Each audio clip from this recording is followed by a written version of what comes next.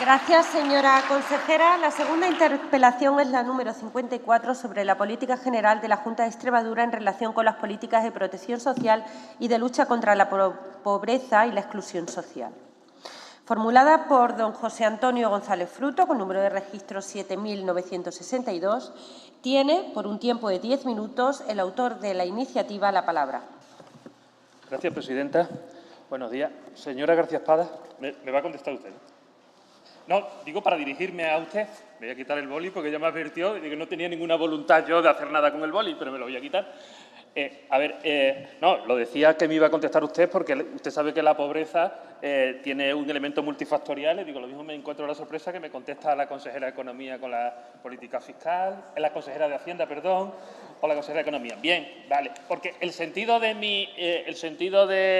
mi interpelación tenía que ver con las políticas de protección social. Entonces, lo lógico es que me respondiera usted, pero digo, me puedo encontrar sorpresas de que es la política económica la que va a acabar con la pobreza. Y las soluciones mágicas, como en tantas cosas, con la pobreza no existen.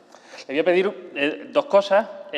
Una, que sepa que quien le está interpelando es el Grupo Parlamentario de Unidas por Extremadura, con lo cual, en la medida de las posibilidades, intente dirigirse a nosotros, no al Grupo Socialista, por lo menos por educación.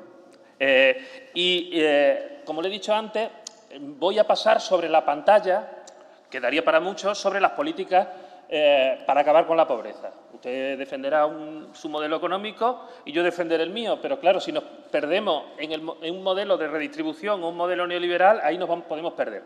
Vamos a pasar esa pantalla. Daría para un debate solo eso, pero voy a pasar esa pantalla por una cuestión básica de centrarme en las políticas de protección social en materia de pobreza.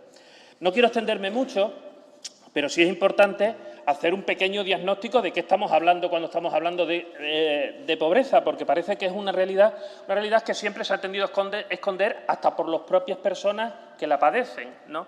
Es decir, entonces podemos acudir a las fuentes oficiales. Yo supongo que todo el mundo, además, acudimos a la presentación anual del informe de la pobreza y vemos cuál es la dimensión del problema, de lo que estamos hablando. No estamos hablando de un problema marginal, estamos hablando de un problema que afecta al 36,9% de la población en Extremadura, según los datos que supongo que todos reconoceremos de la tasa AROPE. Es decir, estamos hablando de 390.000 extremeños y extremeñas. No estamos hablando de una cuestión marginal. Hay más datos que me parece que son importantes. Les recuerdo a los señores de Vox, ya aprovechando, que uno de los objetivos de la Agenda 2030 es acabar con la pobreza o reducirla, en el caso de España, al 11%. Estamos en el 36,9%. No sé si ustedes lo comparten o no, también, porque además todo esto que estamos hablando de pobreza tiene que ver con una política pública que es la reducción de la pobreza. En el caso concreto, con los indicadores a 2015, del 22% que está en España, hay que pasar al 11%. En Extremadura estamos al 36,9%.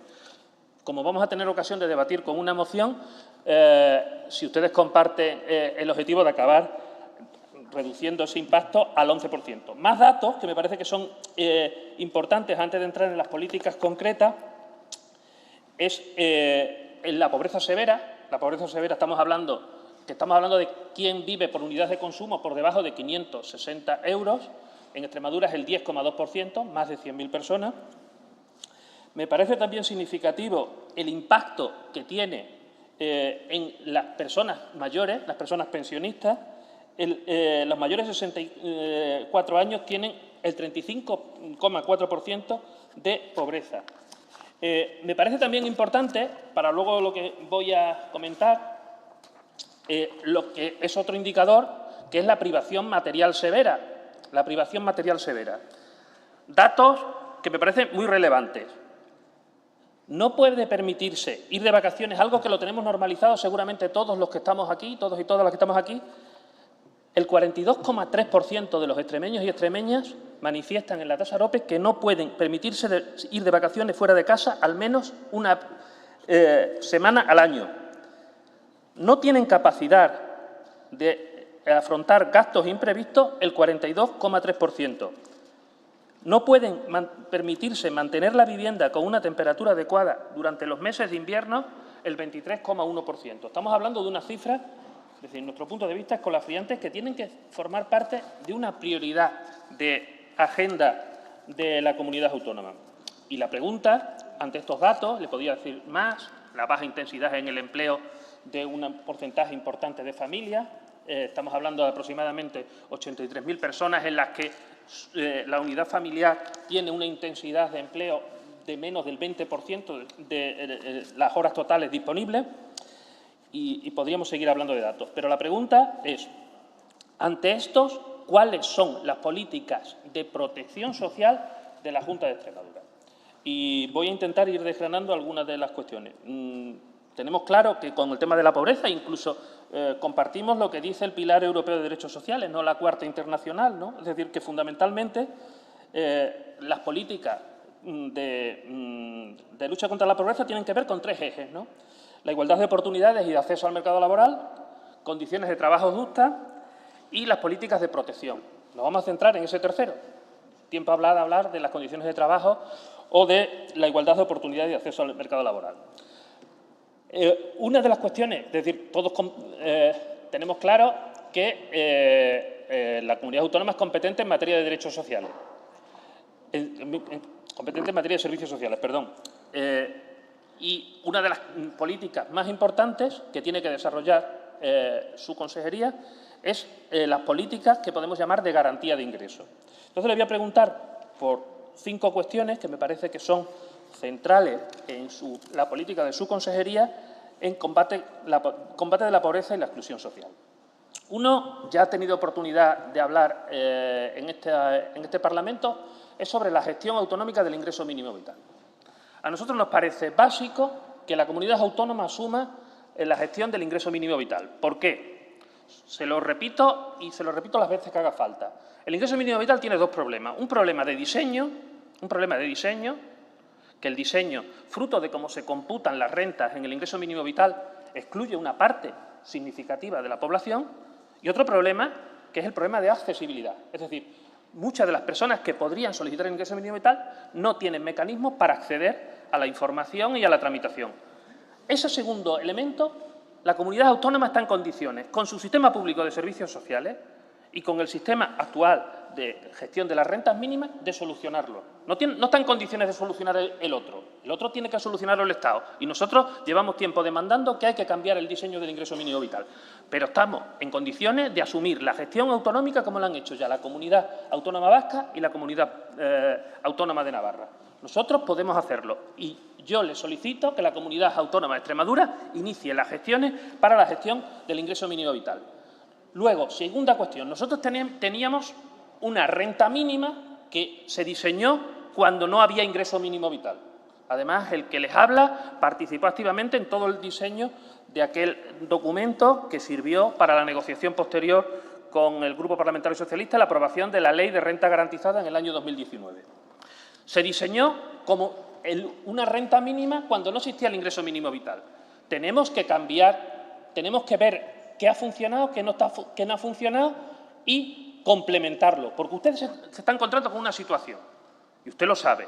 ¿Con qué situación se está encontrando? Que cada vez hay menos perceptores de la renta garantizada. Los datos que ustedes cuelgan en su portal de transparencia hacen referencia en que van a pagar en el año 2000, en mayo de 2014, 2.500, acabo de verlo, 2.531 rentas garantizadas, cuando hemos pagado hasta 10.000. Bien, porque muchas de esas personas son ahora beneficiarias del ingreso mínimo vital, que ya estamos en 27.000 según los datos, ¿vale? ¿Qué es lo que tenemos que hacer con la renta garantizada? Adaptarla a las nuevas necesidades y darnos cuenta cuál es el problema que está pasando. Es decir, que cualquiera lo está viendo. ¿Qué está pasando?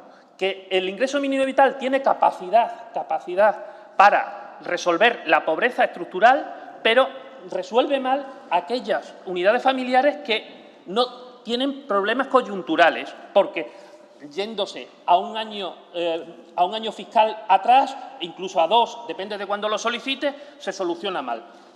Pongamos en marcha ese mecanismo para solventar todos aquellos que están descubiertos. Cómo, además, evitar la trampa de la pobreza, que es cómo hacer compatibles rentas del trabajo por debajo de la renta garantizada con nuestra prestación. Le pregunto, ¿tienen previsto hacer alguna reforma? Voy avanzando y finalizo. Retos también que tenemos. por privación material severa, todos los datos que le he dicho, de que un porcentaje significativo de nuestros extremeños y extremeñas no se pueden permitir gastos imprevistos. ¿Qué se va a hacer con la ayuda de contingencias que lleva congelada 4 años? ¿Han hecho una evaluación? ¿La quieren reforzar? No. Y última cuestión, y la dejo para a ver qué me responde. Todo el problema que tiene que ver con lo que debatimos en el pleno anterior, con todo el programa de asistencia material básica, tarjetas monedero. Sabemos a quién va a cubrir este servicio y a quién no va a cubrir. ¿Y qué van a hacer ustedes? Soy todo oído para escucharle. Señor González. Turno de la Junta de Extremadura y en su nombre tiene la palabra la consejera de Salud y Servicios Sociales por tiempo de 10 minutos.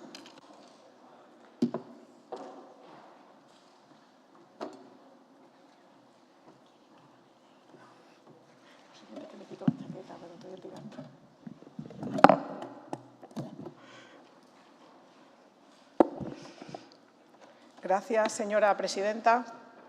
Señorías, de nuevo buenos días a todos. Extremadura, nuestra comunidad autónoma, lamentablemente se sitúa en la tercera comunidad con mayor tasa de población en riesgo de pobreza o exclusión social, estando en el 32,8% en 2023, según la denominada tasa AROPE. Esta situación, señor González Frutos, preocupa a todo el Gobierno de nuestra presidenta María Guardiola, Gobierno coordinado y preocupado por la justicia social, y por ello hemos devuelto 42 millones de euros con la bajada del IRPF a las rentas más bajas.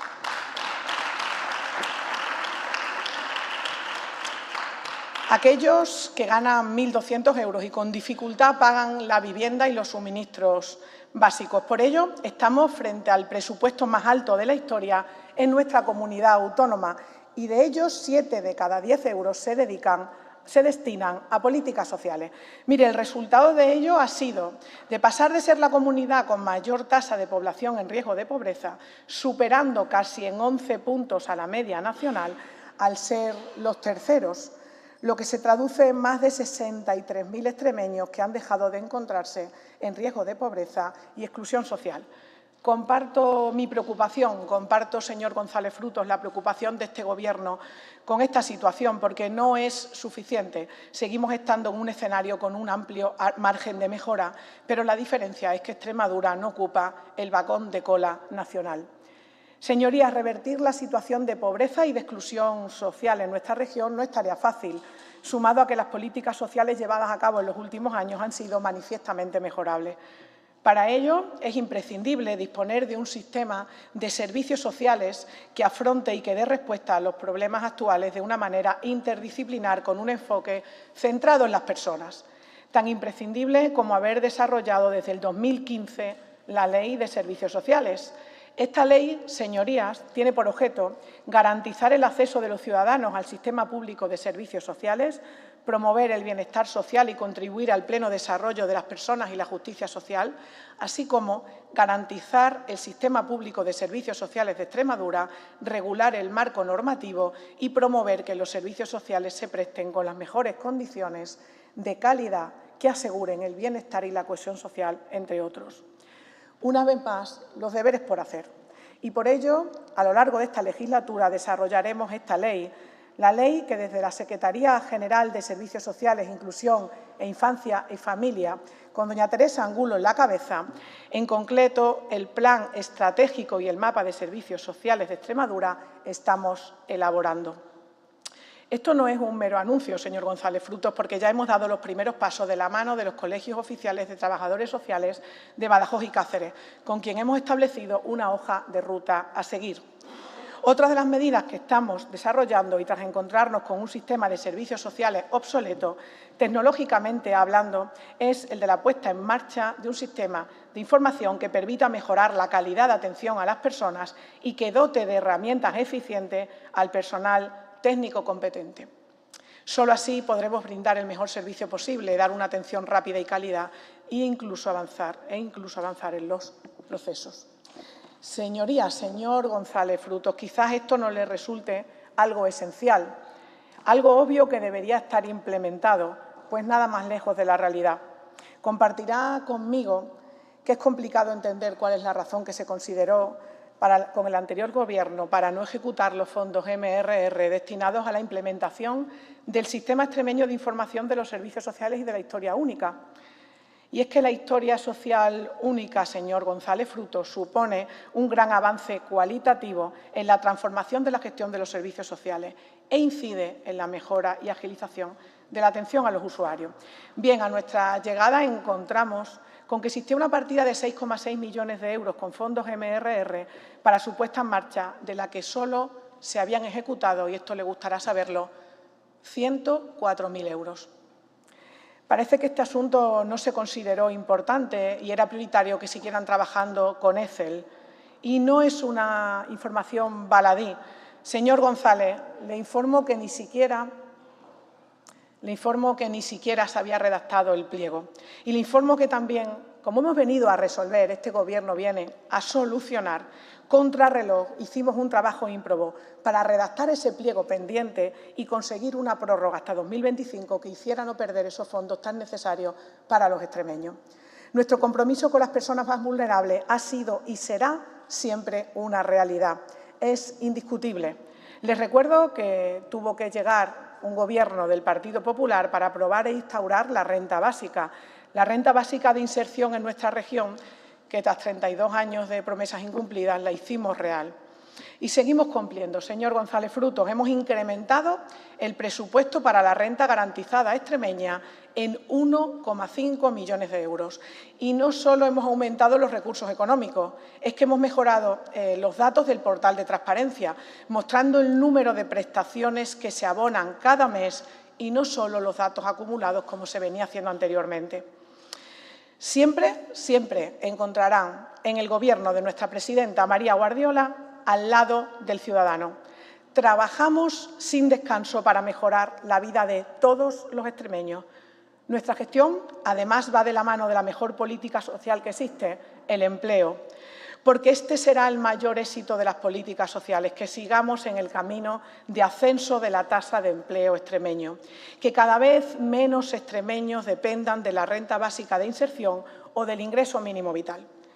Esto significará que tenemos a una Extremadura más igualitaria, con más oportunidades, una región más libre y menos dependiente.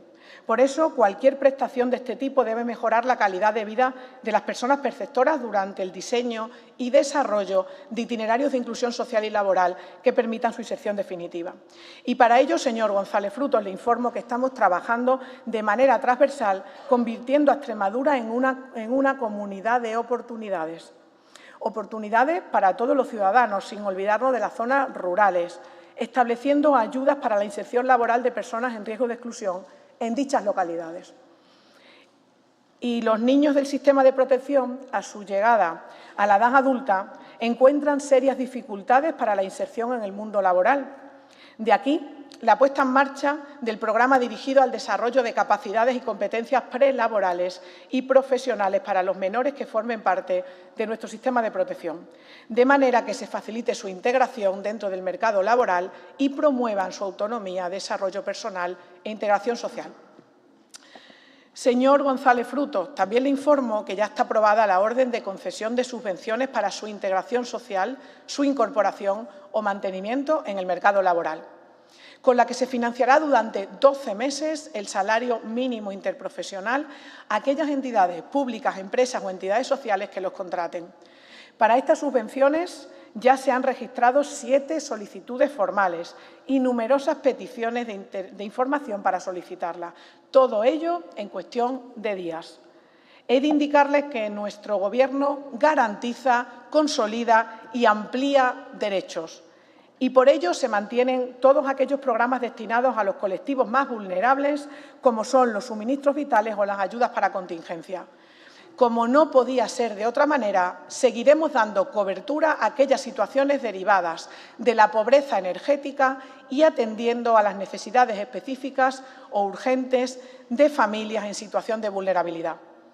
Y llevaremos a cabo acciones dirigidas a la lucha contra la pobreza infantil y garantía alimentaria, para lo que se ha contemplado en los presupuestos una partida de 2,8 millones de euros distribuidos en varios programas. Señor González Frutos, la lucha contra la pobreza y la exclusión social también se debe trabajar en la vertiente de la formación, capacitación y empleabilidad. Por ello, y adaptando los planes a una realidad cada vez más digital, este Gobierno formará en competencias digitales a más de 5.300 menores entre los 9 y 17 años, una inversión que supone 1,2 millones de euros.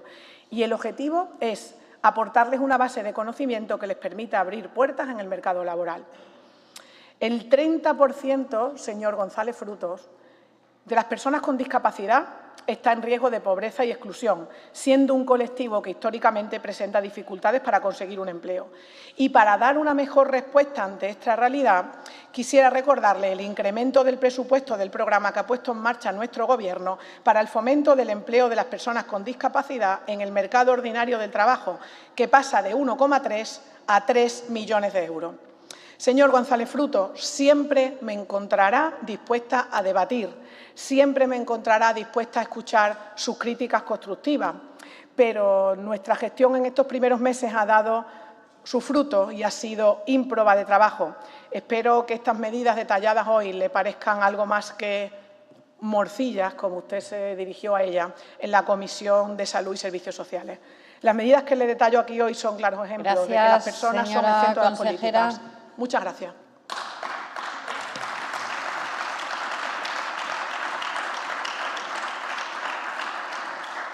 Turno de réplica. Tiene la palabra el autor de la iniciativa, el señor González Frutos, por tiempo de 5 minutos.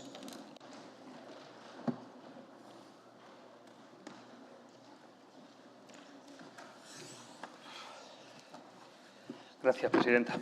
A ver, yo las interpelaciones normalmente las utilizo para una cuestión que me parece que es básica en el debate político, que es el diálogo. Un diálogo, en cierta manera, ágil, en el sentido de alargar, tener la posibilidad de debatir con más calma que en una pregunta de 3 minutos, que prácticamente nos da para 2 frases y 2 zascas, y que intentemos en la medida de lo posible profundizar. No tengo suerte con usted, lo reconozco, no tengo suerte con usted, pero voy a seguir intentando y le voy a preguntar. A ver, para no perder mucho el tiempo, le voy a decir lo que estoy de acuerdo y luego le voy a pedir más explicaciones. Es decir, usted dice, yo no quiero que nadie perciba una renta mínima. Yo tampoco. Vale, estamos de acuerdo los dos. Ahora, el problema es qué hacemos cuando hay un porcentaje importante a lo que no está por debajo de los ingresos. Porque soluciones mágicas no existen. Porque además está demostrado, y acudimos a cualquier estudio, que las transferencias de las administraciones públicas con los grados de pobreza que existen en el Estado español y en Extremadura han reducido significativamente la tasa de pobreza.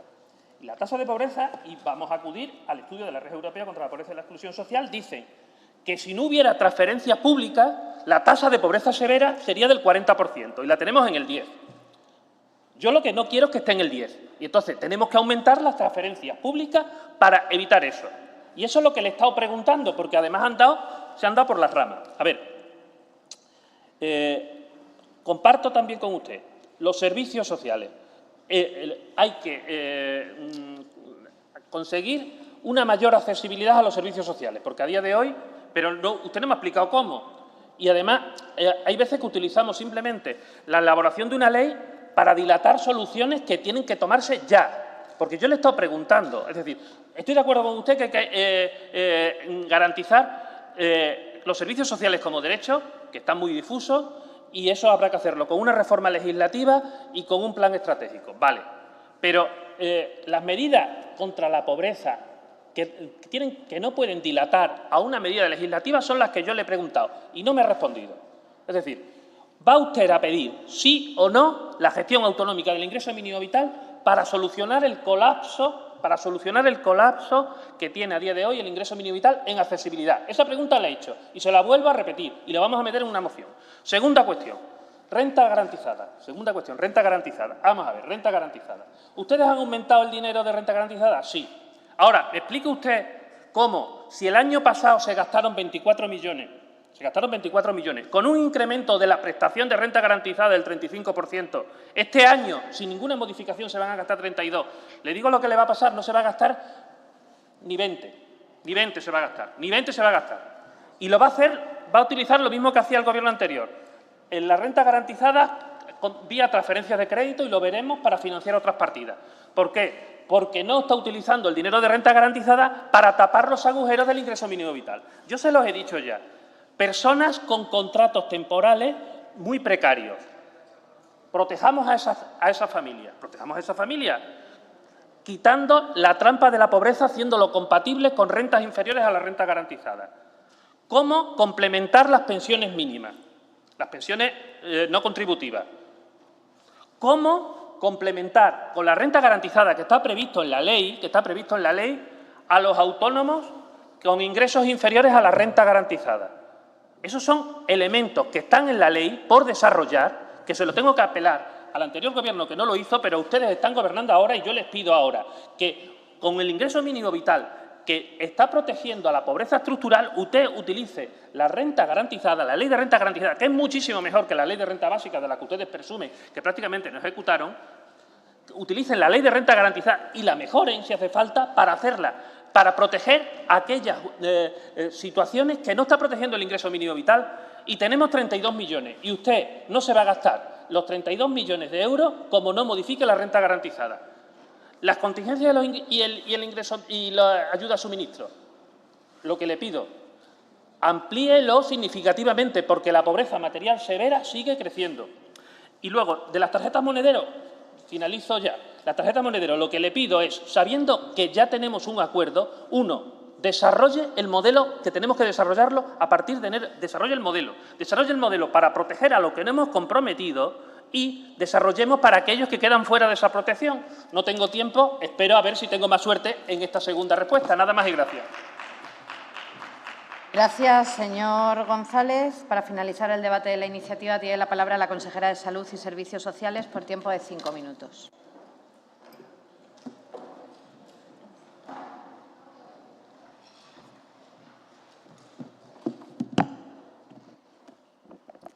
Gracias, señora presidenta. Señor González Fruto, al final usted y yo conversamos mucho más que con otros miembros de esta Asamblea. Vamos a tener una relación mucho más personal de lo que pensaba inicialmente. Así es que lamento que no cumpla sus expectativas.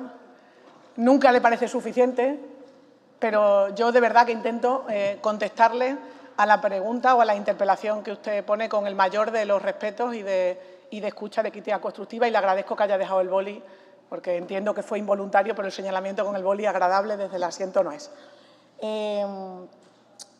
Señor González Fruto, agradezco que reconozca parte de los frutos de nuestro trabajo en este casi primer año de Gobierno. Sabía que sería capaz de reconocerlo y, sinceramente, le agradezco que desde este atril estemos de acuerdo en algunas de las cuestiones que hemos puesto sobre la mesa. En relación a la renta básica, únicamente llegar a un gran número de extremeños está por hacer, ¿no? Estamos reconociendo implícitamente que hay un fracaso, porque el objetivo a corto plazo es ayudar a quien lo necesita, pero a largo plazo es que estos perceptores tengan su propio empleo y no la precisen. Renta básica en 2023, 4.990 solicitudes, de las que fueron aprobadas 3.569. Una cobertura aproximada del 71%, o en otras palabras, 7 de cada 10 solicitudes son atendidas. Pero sí hay un dato que le quiero destacar, señor González Fruto. 757 es el número de extremeños que en 2023 dejaron de percibir la renta básica por haber conseguido un empleo. Un 6,5% más que en 2022. Y dicho esto, la valoración que hace el Gobierno de nuestra presidenta María Guardiola de la renta básica en 2023 es positiva. Positiva porque llega al 71% de tasa de cobertura y positiva por esos 757 extremeños que han encontrado un puesto de trabajo y ya no dependen de ella. Señor González Frutos, el ingreso mínimo vital. Únicamente el 13% de las personas que lo precisan, de los extremeños, lo está recibiendo. La media nacional incluso es inferior, es un 12%. Nosotros seguimos dispuestos a escuchar al Gobierno, pero no vamos a permitir una cesión de esas competencias sin los recursos materiales necesarios y los recursos económicos que ponga sobre la mesa una respuesta eficaz a los extremeños. Si ha fracasado su sistema, tendrán que responder ellos. Y cuando tengamos la suficiente red para implementarlo aquí con ciertas garantías, entonces asumiremos la cesión. Mientras tanto, no. Y 3 años y medio después de la aprobación, no se ha alcanzado aún los beneficiarios que ellos prometían. Por tanto, traspasar una competencia a las comunidades autónomas cuando fracasan el Gobierno nacional no es lícito, no es correcto. Tarjetas monedero. Al ministro, en el último Consejo Interterritorial, le pusimos sobre la mesa a los consejeros, me incluyo en primer lugar, que va a ser un fracaso. Es un método que se aprueba previamente, totalmente de acuerdo con usted, pero en el que se obvia que el 80% de los usuarios quedan fuera. Usted indicó en el pleno anterior que era un método complementario e insistió con este tema. Efectivamente, es un método complementario. Pero ¿cómo sustenta el Ministerio la base de los beneficiarios del sistema que quedan fuera de esa complementariedad? No da ninguna respuesta al 80% de los extremeños que quedan fuera. Yo trasladaba al ministro en ese Consejo Interterritorial que diera presupuesto de su ministerio a los bancos de alimentos para hacer frente a esta urgencia social, y su respuesta fue no. Bueno, hoy le anuncio que en los próximos presupuestos del 2025 de nuestra presidenta habrá un incremento a los bancos de alimentos de Cáceres y Badajoz. Porque, miren, si van al titular con el cambio de la tarjeta monedero, se ponen la medalla, no cuentan la letra pequeña, no están contando los extremeños que quedan fuera, y los extremeños que, estando dentro de tarjeta monedero, tienen que hacer 50 y 60 kilómetros para poder llegar al punto donde poder comprar estos alimentos. Así es que, señor González Fruto, estoy aquí para debatir, estoy aquí para escucharle, repito, críticas constructivas, y nuestro Gobierno siempre estará de la mano de los más vulnerables, intentando que nuestras políticas lleguen a todos ellos. Muchas gracias.